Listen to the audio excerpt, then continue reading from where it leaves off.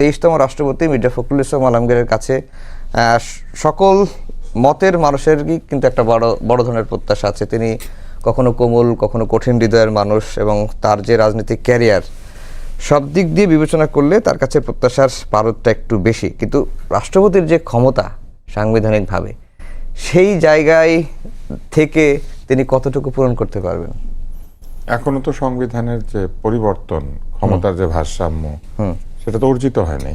অতএব তিনি আগেকার রাষ্ট্রপতিদের মতোই সংসদীয় গণতন্ত্রের অধীনে সংসদ শাসিত রাষ্ট্রপতি। অতএব তার কাছে অতীতের রাষ্ট্রপতিদের যে ভূমিকা ছিল তার চাইতে বেশি কিছু আশা করা এখনো সম্ভব না। তবে যেটা আমরা আশা করতে পারি সেটি হচ্ছে যে তিনি অতীতের রাষ্ট্রপতিদের মতো একেবারেই দলের প্রতি যে এক ধরনের অন্ধত্ব, সেটা হয়তো আমরা আশা করব না যে তার থাকবে। তবে এইটা আশা করলেও এটা বাস্তবে সম্ভব কিনা এই নিয়ে আমার প্রশ্ন আছে। কেননা এত বছর ধরে তিনি যে দলটি করেছেন, যে দলের সমস্ত বিপদে আপদে সব জায়গাতে তিনি হাজির থেকেছেন, তিনি সবচেয়ে আপৎকালীন সময়ে দলের মহাসচিব হিসেবে দলকে নেতৃত্ব দিয়েছেন, ওই জায়গা থেকে একদম তিনি কি ভুলে যাবেন গতকালের কথা? ব্যাপারটা তো তা না। পদত্যাগ করলেই তো আর হয়ে যায় না। তো আমরা আশা করব তিনি রাষ্ট্রপতি হিসেবে তার যে সাংবিধানিক দায়িত্বগুলি সেগুলি পালন করবেন, এবং আমাদের কাছে তিনি যে শ্রদ্ধার আসনে আছেন সেটা অক্ষুণ্ণ রাখবেন। এটা কেন বলছি? কারণ অতীতে আমরা বিভিন্ন রাষ্ট্রপতিকে নানান রকম বক্তৃতা দিতে শুনেছি। সার্কাস্টিক ওয়েতে সেই রাষ্ট্রপতির আসলে তাদের যে ক্ষমতাহীনতা সেটাকে ব্যঙ্গ করেছিলেন। কিন্তু আমাদের সব মানুষ তো সেই ব্যঙ্গ বোঝে না, তারা এই বিষয়গুলো আক্ষরিকভাবে নিয়েছিল। তো অন্তত এতটুকু আমি জানি যে তার কাছ থেকে এটা হবে না কখনো। তার ভাষা অত্যন্ত সুন্দর, তার বক্তৃতা চমৎকার, তার আচরণ অত্যন্ত ভদ্রজনোচিত, এবং পারিবারিকভাবে আমি বিতর্কের কারণে তাকে দেখেছি কাছের থেকে। তার পরিবারে দুজন বিতর্কিক আছেন, তার মেয়ে এবং মেয়ের জামাতা। তো আমি যতটুকু কাছে থেকে দেখেছি তারা অত্যন্ত সম্ভ্রান্ত ভদ্র মানুষ। সেই জায়গাটি আমার মনে হয় যে মানুষ উপলব্ধি করবে। আপনি বলছিলেন যে ক্ষমতার ভারসাম্য, আমরা তো রাষ্ট্রপতি এবং প্রধানমন্ত্রীর ক্ষমতার ভারসাম্য নিয়ে এই আলাপ তো আর কম হলো না। তো তিনি রাষ্ট্রপতির আসনে বসলেন, তো তার মেয়াদে তো আর ক্ষমতার ভারসাম্য যেগুলো বলা হচ্ছে, এখন যদি সামনে সংশোধনী হয় তাহলে তো তার কাছে কিছু ক্ষমতা আসবে আরো বেশি, আর যদি সংশোধনী না হয় তাহলে হবে না। ক্ষমতা আসলেও কি সেটি তিনি একেবারে নিরপেক্ষভাবে দলমতের ঊর্ধ্বে গিয়ে বাস্তবায়ন করতে পারবেন?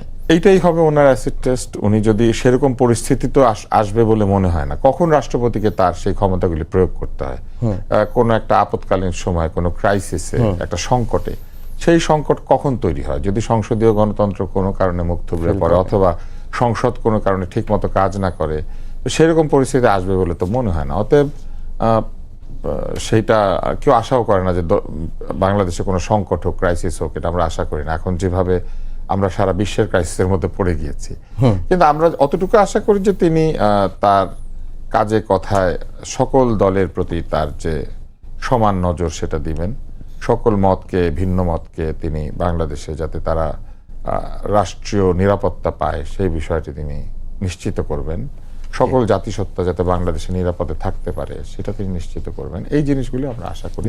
এবং রাষ্ট্রের অভিভাবক হিসেবে রাষ্ট্র যদি কোনো এমন কাজ করে যে কাজ আসলে রাষ্ট্রোচিত নয়, কারণ রাষ্ট্রের কাজ কি? রাষ্ট্রের কাজ হচ্ছে দুর্বলকে নিরাপত্তা দেওয়া, দুর্বলের অধিকারকে সংরক্ষণ করা, জনগণকে সব ধরনের নিপীড়নের হাত থেকে রক্ষা করা, সকল অধিকারকে নিশ্চিত করা। তাহলে সেই রাষ্ট্রের প্রতি যদি দেখেন যে কোনো জায়গাতে এই ধরনের কাজের ব্যত্যয় হচ্ছে, অন্তত তিনি ক্ষমতা প্রয়োগ করতে যদি নাও পারেন, হাতে ক্ষমতা নাও থাকে, আমরা আশা করব তিনি মৌখিকভাবে অন্তত কথা বলবেন এবং জনগণের হয়ে কথা বলবেন। জি জি। পুরনো পদ্ধতিতে রাষ্ট্রপতি নির্বাচিত হওয়ায় মির্জা ফখরুল ইসলাম আলমগীরের সম্মানহানি হয়েছে বলে ফরিদুল হক মনে করেন। এটি একটি প্রশ্ন। আর হচ্ছে মানসুরা যেটি বললেন যে কখনো কখনো রাষ্ট্রপতির চেয়ারে বসে নিশ্চুপ থাকাটাও আরেকটা বড় কাজ, যেটি শাহাবুদ্দিন চুপ্পুর উদাহরণ দিয়েছেন, যে 1.5 বছরে 2 বছরে তিনি চুপ ছিলেন। তিনি থাকার কারণেই অনেকে অনেক উদ্দেশ্য সাধন করতে পারে নাই। সাংবিধানিকভাবে আমাদের রাষ্ট্রপতি যদিও রাষ্ট্রের প্রধান ব্যক্তি, কিন্তু সংসদীয় গণতন্ত্রের যে আইন কানুন করা আছে আমাদের দেশে, তাতে রাষ্ট্রপতিকে মূলত প্রধানমন্ত্রীর পরামর্শক্রমে কাজ করতে হয় প্রায় সকল কাজই, এমনকি যে নিয়োগগুলির কথা আসে সেই নিয়োগগুলিও তিনি প্রধানমন্ত্রীর পরামর্শক্রমেই দেন। তিনি কেবল আনুষ্ঠানিকভাবে এই নিয়োগ দানকারী। এমনকি তিনি যে সংসদে বক্তৃতা দেন সেই বক্তৃতাও মন্ত্রিপরিষদ অনুমোদন করে, যে কারণে শাহাবুদ্দিন চুপ্পু সাহেব শেখ হাসিনার সময় সংসদে যে বক্তৃতা দিয়েছেন আর এখন যে বক্তৃতা দিয়েছেন দুইটার মধ্যে আকাশ পাতাল তফাৎ, কারণ দুইটা আসলে মন্ত্রিপরিষদের মাধ্যমে আসে। রাষ্ট্রপতির আসলে স্বাধীনভাবে সংসদে বক্তৃতা দেওয়ার যে ক্যাপাসিটি সেটাও অনেকখানি রহিত করা। পুরনো পদ্ধতি অথবা নতুন পদ্ধতি আমি বুঝি নাই, কিন্তু যেটা আমি বুঝতে পেরেছি সেটা হচ্ছে যে রাষ্ট্রপতি তো সংসদ সদস্যদের ভোটেই নির্বাচিত হন। অতীতেও এই সংসদীয় গণতন্ত্র আসার পর থেকে রাষ্ট্রপতি সংসদ সদস্যদের ভোটেই নির্বাচিত হচ্ছেন। বহু বছর পরে রাষ্ট্রপতি পদে কেউ একজন প্রতিদ্বন্দ্বিতা করেছে, সরকারি দল যাকে দিয়েছে তার বিপরীতে সে আরেকজন প্রতিদ্বন্দ্বিতা করেছে, এইবার হয়েছে। এটা আমার ধারণা এক ধরনের প্রতীকী প্রতিদ্বন্দ্বিতা, কারণ তারা জানতেন যে তারা জিতবেন। আর ৭০ অনুচ্ছেদ থাকার কারণে সংসদ সদস্যরা এখনো তাদের নিজের ইচ্ছা অনুযায়ী রাষ্ট্রপতি নির্বাচন করেন না, দলের ইচ্ছা অনুযায়ী রাষ্ট্রপতি নির্বাচিত হয়। যেই জায়গাতে আসলে এই সংস্কারের ক্ষেত্রে কতগুলি পয়েন্ট এসেছিল যে রাষ্ট্রপতি যদি জনগণেরই হন তাহলে এই জনগণ তো স্বাধীনভাবে ভোট দেয়, আমার ভোট আমি দেবো, যাকে ইচ্ছা তাকে দেবো। কিন্তু রাষ্ট্রপতি নির্বাচনের সময় যেহেতু সংসদ সদস্যরা ভোট দেন, তারা কিন্তু আমার ভোট আমি দেবো, যাকে ইচ্ছা তাকে দেব পারেন না। দল যাকে বলে দেয়, হুইপ যেভাবে হুইপ করে সেই অনুযায়ী তাকে করতে হবে। দলের সিদ্ধান্তের বিপরীতে গেলে সংসদ সদস্য পদ হারানোর ঝুঁকি রয়েছে। তো সেই ঝুঁকি বলবৎ থাকা অবস্থাতেই মির্জা ফখরুল এই নির্বাচনটা করেছেন। কিন্তু বাস্তব বিবেচনায় নিলে ওনার সঙ্গে যিনি প্রতিদ্বন্দ্বিতা করেছেন তিনি কি তাকে পরাস্ত করার মতো জনপ্রিয় ব্যক্তিও না এবং পরাস্ত করার মতো অবস্থাও নাই। কেন নাই? কারণ ওলি আহমেদ সাহেব বিএনপির নেতা ছিলেন এবং তিনি বিএনপি থেকে বের হয়ে গিয়ে দল তৈরি করেছেন, দল তৈরি করে জামাতের সঙ্গে এইবার ঐক্য করেছেন, করে তিনি সেটা প্রার্থী হয়েছেন। জামাত এনসিপি যাকে প্রার্থী দিয়েছে সে আসলে বিএনপির দলছুট ব্যক্তি। ফলে আপনি যদি ভোটেও দিতেন, বিএনপি সংসদ সদস্যরা কি তাদের দলছুট ব্যক্তিকে কখনো ভোট দিবে না। ফলে জামাত এনসিপির যে মানুষটিকে নির্বাচিত করেছে সেটা হচ্ছে বিএনপির বিরুদ্ধে বিএনপি থেকে বেরিয়ে যাওয়া, মনে করেন মোহামেডান থেকে বেরিয়ে যাওয়া আবাহনীতে খেলছে এরকম একজন ব্যক্তি। তো বিএনপির বিরুদ্ধে একজন প্রাক্তন বিএনপির মনোনীত ব্যক্তিকে তারা মনোনয়ন দিয়েছে। এতে তার জেতার কোনো সম্ভাবনা কোনোভাবেই ছিল না, না জনপ্রিয়তার নিরিখে, না ব্যক্তিত্বের নিরিখে, না এই বাস্তব বিষয়টাকে বিবেচনায় নিল। গতকালকে এই টকশোতে একজন জামাতের নেতা বলছিলেন যে যদি প্রকাশ্যে তো ভোট হয়েছে, যদি গোপনে হতো, প্রকাশ্যে ভোট হয়েছে মানে ভোটের সিস্টেমটা এরকম হয়েছে যে সবাইকে সাইন করে ভোট দিয়েছেন। যদি গোপনে হতো, জামাতের একজন সদস্য তো তিনি তার ভোটটা ফেসবুকে দিয়ে দিয়েছিলেন। যদি গোপনে হতো তাহলে হয়তো অলি আহমদ আরো ভোট পাইতেন। কারণ হচ্ছে যে তিনি জিয়াউর রহমানের সঙ্গে রাজনীতি করেছেন, তার সাথে বিএনপির অনেক নেতার সখ্যতা আছে এবং এটি আরো সৌন্দর্য হতো যে ভোট সাধারণত গোপনেই হয়। আমাদের সভাপতি উনি একটা বক্তৃতা দিয়েছিলেন না, আর কি করলে মন পাবো, একটা বক্তৃতা দিয়েছিলেন না? তো ওনাকে একটা গানের লাইন বললে আমার মনে সবচেয়ে ভালো হয়, সেটা হচ্ছে যে ভালোবেসে গেলাম শুধু ভালোবাসা পেলাম না, আশায় আশায় দিন যে গেল আশা পূরণ হলো না। কি করে উনি আশা করেন যে ভোটটা এরকম হইলে ওনারা আরো বেশি ভোট পেতেন? মানে এই আশাটাই তো ওই গানের মতো আর কি, যে ওই যে মন পাওয়ার চেষ্টায় আছেন কিন্তু আশা পূরণ হবে না, এটা সম্ভব না, এটা একটা অসম্ভব প্রপোজিশন।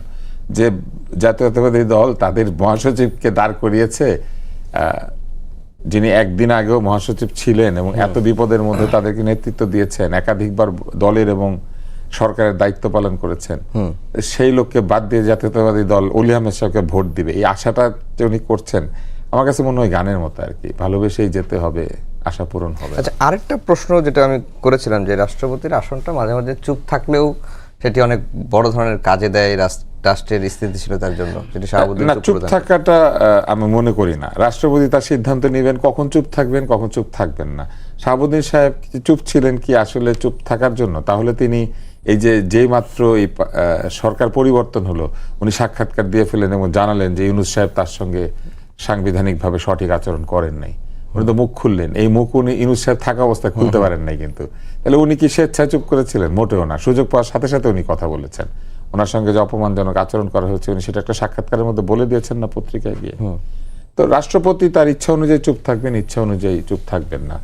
দরকার হলে তিনি কথা বলবেন, রাষ্ট্রের প্রয়োজনে তিনি কথা বলবেন। রাষ্ট্রপতি কথা বলবেন অথবা চুপ থাকবেন, ব্যাপারটা সেই রকম না। রাষ্ট্রপতি তার দায়িত্ব পালনকালীন সময়ে তিনি যদি মনে করেন যে তার কোনো জায়গাতে মতামত দেওয়ার দরকার আছে অথবা কোনো জায়গাতে হস্তক্ষেপ করার প্রয়োজন আছে, তিনি সেটা করবেন। কিন্তু সমস্যা হচ্ছে রাষ্ট্রপতির কাছে সাংবিধানিকভাবে এত ক্ষমতা দেওয়া নাই যে তিনি চাইলেই যে কোনো হস্তক্ষেপ করতে পারেন, সেরকম নাই। তিনি সাংবিধানিকভাবে অত শক্তিশালী ব্যক্তি না, অত ক্ষমতা তার হাতে নাই। যে মূলত যেটা ঘটেছিল, এটা আমাকে মনে করে দিই, 90 সালে তো আমি তরুণ ছাত্র নেতা, ওই সময় যখন এরশাদের পতন হয়, তখন এই রাজনীতিবিদদের একটা, তারা যে মানসিকতা থেকে কথা বলছিলেন বা যে ধরনের একটা জনমত তৈরি করেছিলেন, সেখানে সকল দোষ দেওয়া হয়েছিল রাষ্ট্রপতি পদটাকে, ব্যক্তিকে না। এরশাদ দুষ্টু লোক, তাই কিন্তু রাষ্ট্রপতি পদটা বিতর্কিত হয়েছিল। কিন্তু তারা এমন একটা অবস্থা করেছিলেন যেন রাষ্ট্রপতি শাসিত বলেই স্বৈরতন্ত্র আসে। তাহলে এক ব্যক্তির কাছ থেকে ক্ষমতা নিয়ে ফেলতে হবে, সংসদে এই ক্ষমতা ছড়িয়ে দিতে হবে। কিন্তু যখন সংসদীয় গণতন্ত্র আনা হলো, তখন প্রধানমন্ত্রীকে ঠিক রাষ্ট্রপতির যে ক্ষমতাগুলি সেইগুলিকেই উল্টায় দিয়ে দেওয়া হলো। মানে আগে রাষ্ট্রপতি যা করতো সেগুলো সব প্রধানমন্ত্রী করবেন। এবং তাতে করে যেটা হইল, সংসদ আছে বটে, কিন্তু প্রধানমন্ত্রীর হাতে অসম্ভব ক্ষমতা, এবং এই ক্ষমতা কেবল একটি সংসদে বসে তিনি এক্সারসাইজ করতে পারেন বলেই এটা সংসদীয় গণতন্ত্র। এরকম একটা ঘটনা ঘটলো। কিন্তু তখন কেউ কোনো কথা বললো না। কেন বললো না? এই জন্য যে তখন জাতিপুর ঐক্যবদ্ধ, তিন জোটের রূপরেখা আছে। তখনও শেখ হাসিনা, বেগম খালেদা জিয়া এবং অন্য যারা জোট শরিক, তারা একসাথে বসেন, একই সাথে তারা কথা বলেন, সংসদীয় গণতন্ত্র আসছে। সকলে ধারণা করে নিল কি যে কোনো অসুবিধা নাই, প্রধানমন্ত্রী তো ভালোরা হবেন, আমাদের এতদিনের গণতান্ত্রিক আন্দোলনের নেত্রীরা হবেন প্রধানমন্ত্রী, তাহলে কোনো ভয় নাই, তাইলে আর স্বৈরতন্ত্র আসবে না। ওই যে আমি বললাম, এরশাদকে ব্যক্তিগতভাবে দায়ী না করে তারা দায়ী করেছিলেন পদটাকে, যে রাষ্ট্রপতি পদের কারণেই স্বৈরতন্ত্র হয়। কিন্তু স্বৈরতান্ত্রিক হয়ে ওঠার জন্য যত ক্ষমতা, সেই ক্ষমতা তারা প্রধানমন্ত্রীর কাছে দিয়ে দিলেন। তারা বিশ্বাস করলেন, কেন করলেন? যে না, আমাদের নেত্রী, আমাদের নেতা, রাজনৈতিক দল, তারা আমাদের কথা শুনবে, তারা এরকম হবে না। কিন্তু ক্ষমতা যদি এইভাবে কোনো একটা জায়গায় গিয়ে পুঞ্জীভূত হয়, সেই ক্ষমতা প্রাকৃতিক কারণেই এক সময় এরকম হয়ে ওঠে। আপনি লক্ষ্য করলে দেখবেন আমাদের দলগুলির মধ্যে এটা আছে। 2018 সালে মির্জা ফখরুল ইসলাম আলমগীরের আমি একটা ইন্টারভিউ নিয়েছিলাম, তাকে আমি এই প্রশ্নটা সেদিন করেছিলাম। তো তিনি আমাকে এই উত্তরটাই দিয়েছিলেন যে আমাদের দলগুলির মধ্যেও এই ব্যাপারটাই আছে, যে আমাদের দলের চেয়ারম্যানের হাতে, দলের সভানেত্রীর হাতে, দলের সভাপতির হাতে প্রচুর ক্ষমতা দেওয়া আছে। ফলে দলগুলির গঠনতন্ত্রই এইরকম। ফলে দেশের গঠনতন্ত্রে একই ঘটনাটা ঘটিয়ে দেওয়া হয়েছিল। এই কারণে কিন্তু সংস্কারের কথা এসেছে, যে ক্ষমতার ভারসাম্য আনতে হবে। কারণ এই ভারসাম্যহীন ক্ষমতার কারণে দেখা গিয়েছে কেউ যদি দুষ্টু হয়ে ওঠেন, তাহলে তার দুষ্টু হয়ে ওঠার জন্য যথেষ্ট সুযোগ আমাদের এখনকার এই সংসদীয় গণতন্ত্র দিয়ে রেখেছে। জি, তুষার ভাই, আপনার কাছে আবার আসবো। বিএনপির আসলে রাজনৈতিক অভিমুখ কোন দিকে, মানসুরা? আপনি আসলে কোন দিকে অভিমুখ বলতে বুঝাচ্ছেন আমি বুঝতে পারিনি, আর একটু ক্লিয়ারলি বললে ভালো হয়। বিএনপির এই যে সরকারের তো 6 মাস হয়ে গেল, এবং বিএনপির অনেক নেতারাই বলছেন যে মধুচন্দ্রিমা শেষ হয়ে গেছে, এবং আজকে মন্ত্রী পরিষদের বিভাগেও বেশ কয়েকজন যুক্ত হলেন, একজন বাদও পড়লেন, দুজন বাদও পড়লেন। সব মিলিয়ে বিএনপির এই 6 মাসের অর্জনটা কি? জনগণের জন্য কি করলো বিএনপি? আর বিএনপির রাজনীতিটা এখন কোন দিকে যাচ্ছে? অনেকে আবার বলছেন যে সরকার এবং দল একাকার হয়ে গেছে। এখন একটা দল যখন সরকারে আসে, প্রথম বিশেষ করে এমন একটি দল যেটি গত 17 বছর ক্ষমতার বাইরে ছিল, মানে ক্ষমতার মধ্য থাকা একটি দল ক্ষমতার বাইরে ছিল, তাদের কোনো পাওয়ার প্র্যাকটিস ছিল না, এবং আমরা নিষ্পেষিত ছিলাম। তো সেই জায়গা থেকে যখন দলটি ক্ষমতায় আসে, তো এরপরে মাঝখানে যে পিরিয়ডটি ছিল ইন্টারিম, সেই সময়ও কিন্তু খুব ভালো অবস্থানে আমরা ছিলাম না। সেটি আমাদের বিশ্ববিদ্যালয়গুলোর দিকে তাকালে বুঝবেন বিভিন্নভাবে। তো যখন দলটি ক্ষমতায় আসলো সব কিছুর পরে, তখন কিন্তু এই যে পাওয়ার স্ট্রাকচারগুলো নতুন করে গঠিত হতে শুরু করলো, এবং এই বোঝাপড়ার জায়গা থেকে আমাদের যে রাজনীতি শুরু হয়েছে, সেটির জন্য আমরা বলতে পারি যে দল এবং সরকার এক হয়ে গিয়েছে। কিন্তু বিষয়টা তা না। দল দলের মতো আছে, সরকার সরকারের মতো আছে। কিন্তু হ্যাঁ, আমরা যথেষ্ট সময় এখনো হয়তো পাইনি, বা আরও সময় লাগবে যে দুটো স্ট্রাকচারকে পুরোপুরি আলাদা করতে। দলের সরকারের মধ্যে যারা আছেন তারা দলেরই লোক, কিন্তু দলের সব লোক কিন্তু সরকারে নেই। দলের লোক সব লোক সরকারের বিভিন্ন পোস্টে নেই। সেখানে দলের কর্মী আছেন, নেতা আছেন, বিভিন্ন স্ট্রাকচারের মানুষজন আছেন বিভিন্ন লেয়ার থেকে। তো এই সামনে আমাদের সম্মেলন হবে, বা যেভাবেই হোক না কেন আমাদের অঙ্গ সংগঠনগুলোর কমিটি, সেগুলোর উপরেই কিন্তু দলীয় যে স্ট্রাকচার সেটিকে আবারও পুনর্গঠন করা হবে।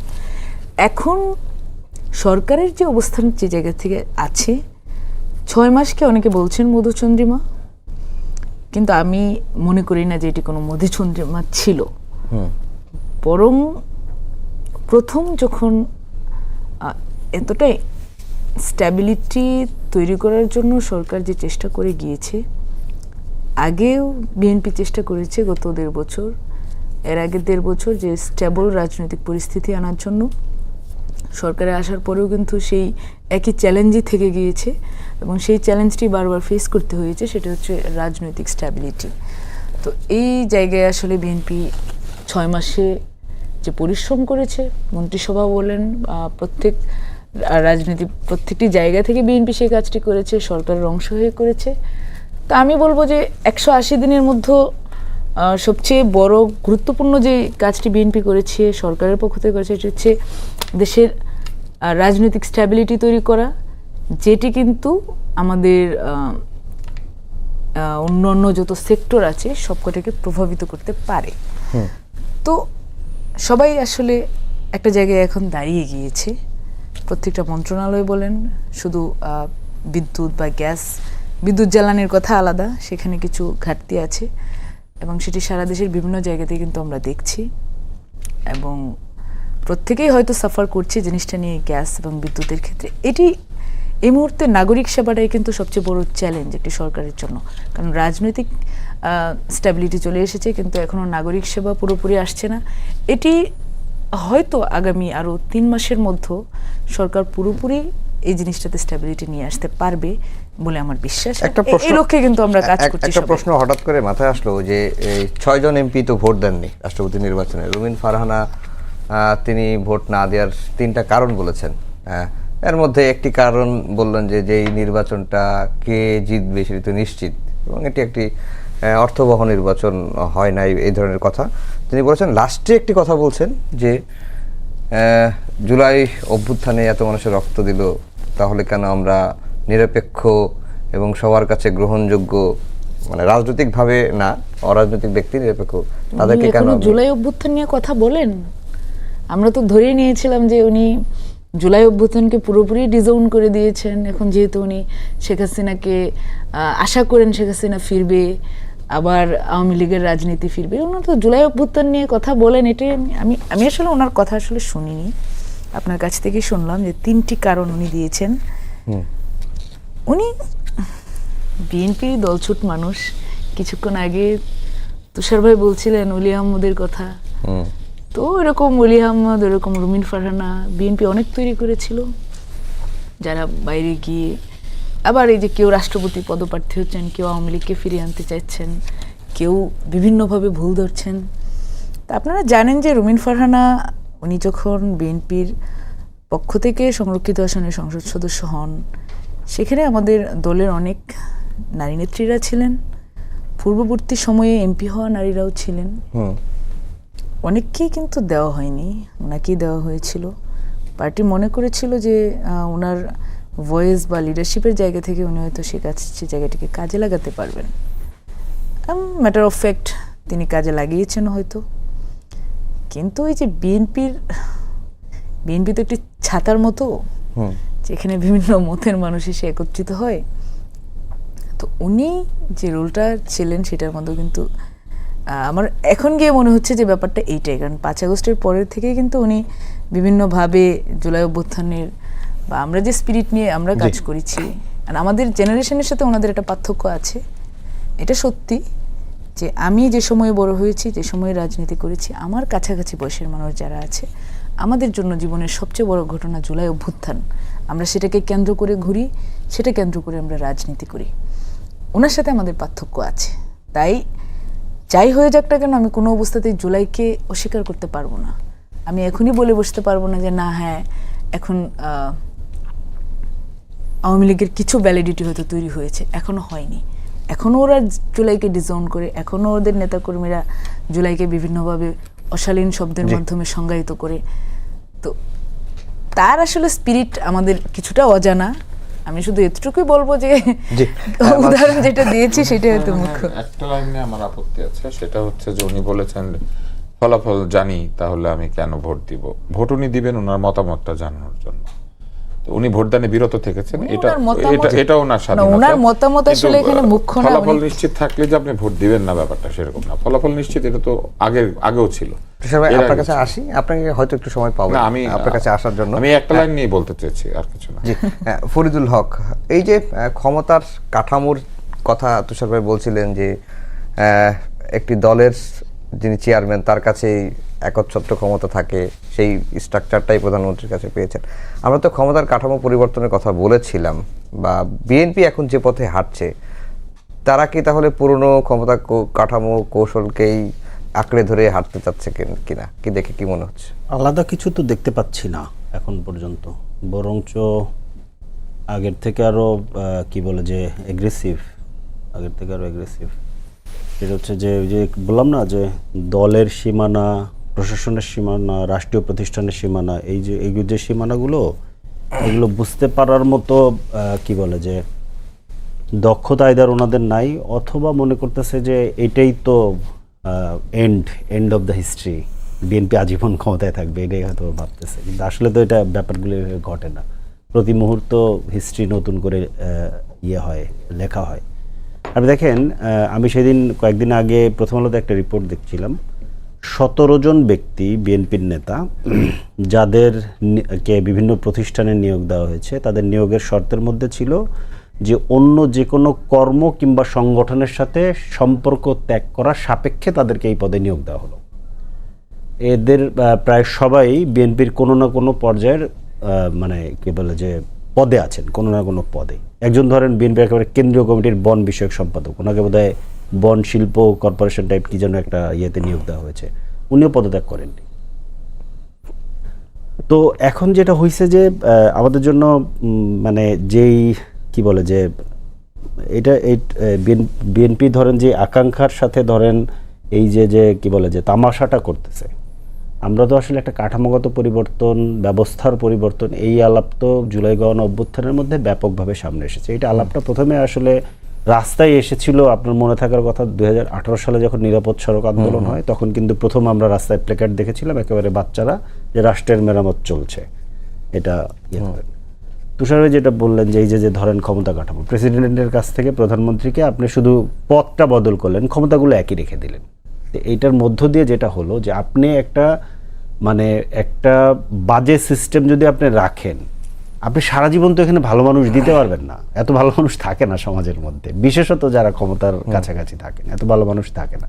আপনাকে এমন একটা সিস্টেম তৈরি করতে হবে যেখানে খারাপ মানুষ গিয়েও এটা করতে পারবে না, তাকে আপনি আটকানোর বিভিন্ন মেকানিজম তৈরি করবেন, তাকে জবাবদিহিতার ব্যবস্থা করবেন। মানে তাকে ধরেন তার পদ তার একার কাছে যাতে সব কিছু না থাকে, সেটাকে আপনি স্প্লিট করে দেবেন। এইগুলা ধরেন পৃথিবীতে 300-400 বছর ধরে, ধরেন এই আধুনিক রাষ্ট্রগুলো যখন তৈরি হয়েছে, এরপর থেকে 300-400 বছর ধরে আলাপ করতে করতে করতে করতে এখানে পৃথিবীর মানুষ এসেছে। এখন আমাদের এখানে যেটা হয় যে যখন আমাদের রাজনীতিবিদরা যখন বিরোধী দলে থাকেন, তখন সবাই রুশো হয়ে যান, রুশোর মতো রাষ্ট্র চান। আর যখন ক্ষমতা চলে যান, তখন সবাই ম্যাকিয়াভেলিকে ধরেন ফলো করে। এইটা হচ্ছে যে ধরেন সংকটের জায়গা আর কি। তো এইটার জন্য আমাদের ধরেন যে লড়াই শুরু হয়েছে, এই লড়াই ধরেন যদি এই লড়াইয়ের স্পিরিটটা যদি বিএনপি বুঝতে ব্যর্থ হয়, তাহলে ওনাদের জন্য তো রাজনীতি করা ভবিষ্যতে কঠিন হবে। যেমন মানসুরা যেমন একটা কথা বললেন যে আমরা একটা আলাদা জেনারেশন, এখন জেনারেশনের ধরেন যে জেনারেশনতে একটা কালেকটিভ আকাঙ্ক্ষা তৈরি হয়, যে আকাঙ্ক্ষার সাথে জেনারেশনাল গ্যাপ থাকে, এটা সবসময় থাকে পৃথিবীতে, এটা সবসময় তৈরি হয়। এখন এইটা যদি বুঝতে না পারে, ধরেন বিএনপির মধ্যে কি আপনি মনে করেন না যে ওনাদের জেনারেশনের কিংবা আমাদের জেনারেশনের এরকম হাজার হাজার কর্মী আছে যারাও মনে করে যে আসলে এই সংকটটা আছে। ধরেন যিনি এখন আমার কথা শুনতেছে, একটু আগে তুষার ভাইয়ের কথা যিনি শুনছেন, আমাদেরকে পছন্দ না করলে আমরা যে কথাগুলো বলতেছি এগুলো তো লজিক্যাল যদি তারা মনে করেন বিএনপির করবে, তাহলে তারও প্রশ্ন হয় না তার নিজের দলের বিরুদ্ধে? এখন দেখেন বিএনপির জন্য সংকট কি, বিএনপি তো আওয়ামী লীগের মতো কাল্ট না,